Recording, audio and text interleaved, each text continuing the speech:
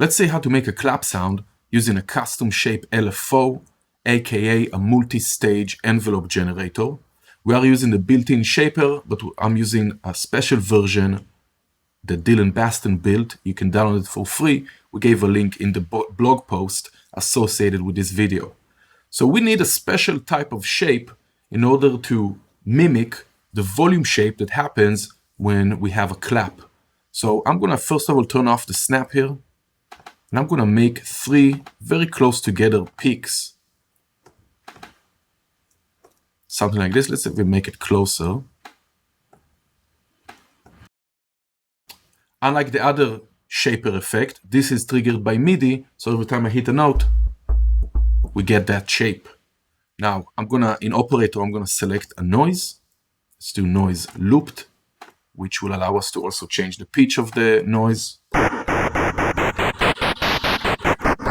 Unlike a white noise, which is the same regular noise across all keys. So let's do noise looped. Nice. Now, let's map the shaper to the volume of operator. Nice, let's go up in the octaves. So we're starting to get close to that volume shape. Let's make the LFO a bit faster. I'm gonna take it out of synchronization into free time.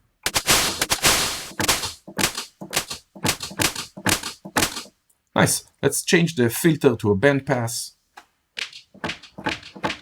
Make it, let's drive it a tiny bit with the OSR circuit.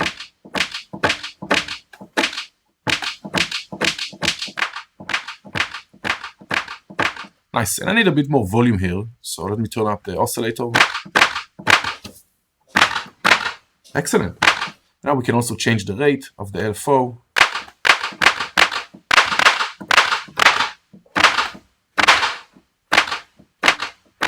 To get all sorts of different claps. So this is using a custom shape LFO to create a clap using any type of synthesizer that have a noise generator.